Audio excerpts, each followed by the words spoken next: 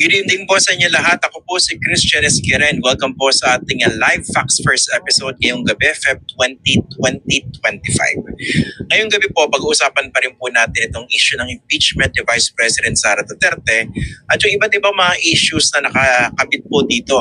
Kailan ba dapat magsimula yung trial? Tama ba yung sinasabi ni Senate President Jesus Cordero na dapat gawin ito after ng SONA, etc. etc. For tonight, ang in-invite po natin ay isang veteranong senador. Matagal po siya nagsilbi dyan po sa Philippine Senate at minsan na rin po siyang tumayo bilang isang impeachment judge. Ito po ay during the impeachment trial of then Chief Justice Renato Corona noong 2012. I'd like to welcome to our program si former Senate President Franklin Drilon. Magandang gabi po, sir, and thank you for joining us dito po sa Facts First. Thank you, Christian, and thank you for inviting me tonight. Okay, simulan na po natin doon sa pinaka-basic na tanong dito, no? Kasi kayo po bilang veterano ng Senado at naging impeachment judge na po before, ano po ba yung tamang interpretasyon dapat dito sa sinasabi ng konstitusyon na yung trial shall forthwith proceed? Ang forthwith, ang ibig sabihin po sa diksyonaryo ay agad-agad, immediately. That's what it means. And in law, you give ordinary meaning to the words that are in the law. You do not give it any other interpretation but what is commonly understood. So it only means immediately, nothing else.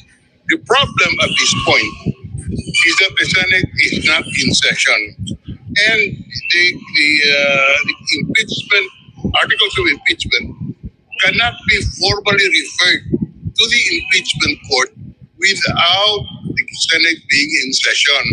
Kaya ang solution dito sa aking paningin ay kailangan tumawag ang Pangulo ng isang special session kung ibig niyang nilitisin agad at sang-ayon sa ating sariling batas, nilitisin agad ang articles of impeachment. Ngayon, kung hindi siya tatawag ng special session, maghihintay po tayo sa Hunyo bago po maumpisahan ang impeachment trial. Yan po ang sa aking tingin is the legal situation that we face today, Christian.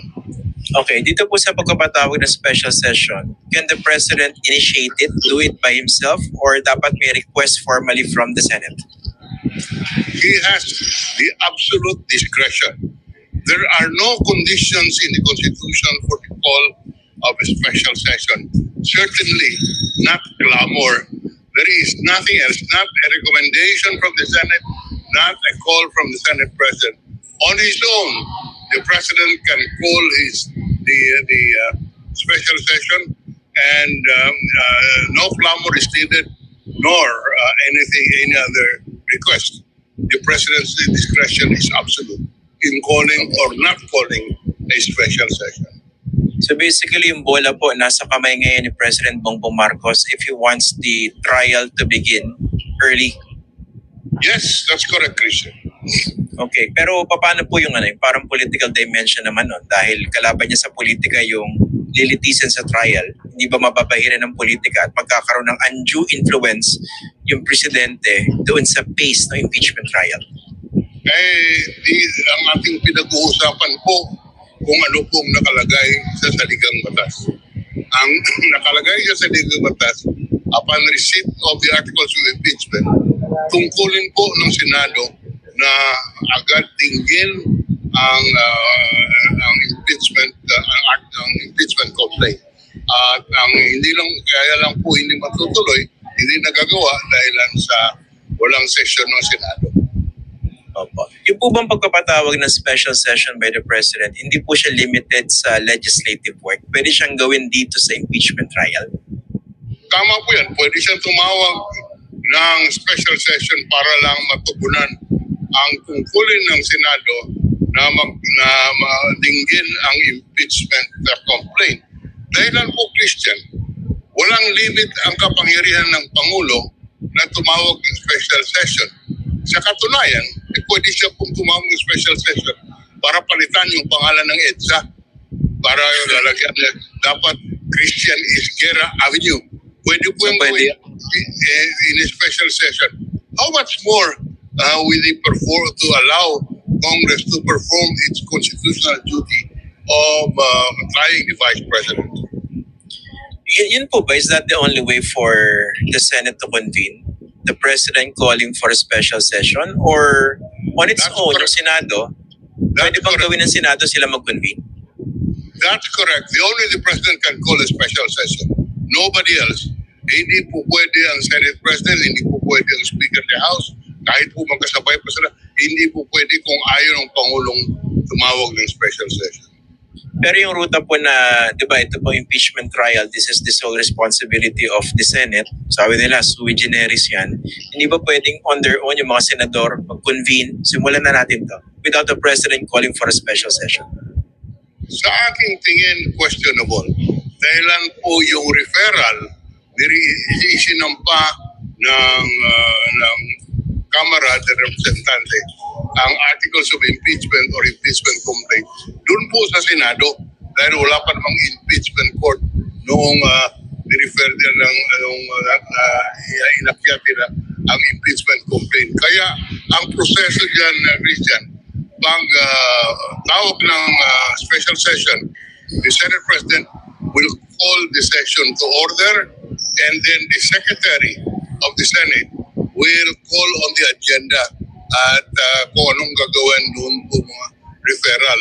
So ang isa doon, yung impeachment complaint, ang gagawin lamang ng Senate President ay re-refer sa impeachment court para po magkaroon ng venue at jurisdiction ang impeachment court. Okay. So ngayon po na-transmit na during the last day before the recess yung articles of impeachment pero hindi pa nagsisimula yung trial sa Senado, is the Senate violating anything by not starting the trial forthwith? No, the Senate is not violating anything because they cannot constitute themselves into an impeachment court unless they are in session. At sa ngayon po, naka-recess sila at hindi po sila pwedeng sila lang ay mag-uusapan na, sige, mag-session tayo ulit. Hindi po pwede yan. Kailangan sa ating saligang batas, tatawagin ng Pangulong Marcos ang special session. Okay. Yung isa naman pong ruta na ginaminado na constitute na as an impeachment court, is that also feasible? Tama ba yung legally? Sa akin, hindi feasible yan. Hindi pwedeng utusan ng Korte Suprema ang Senado at sabihin, hoy, mag-session na kayo para nyo may refer yung impeachment complaint sa impeachment court. Co-equal po ang Senado at saka ang Korte Suprema.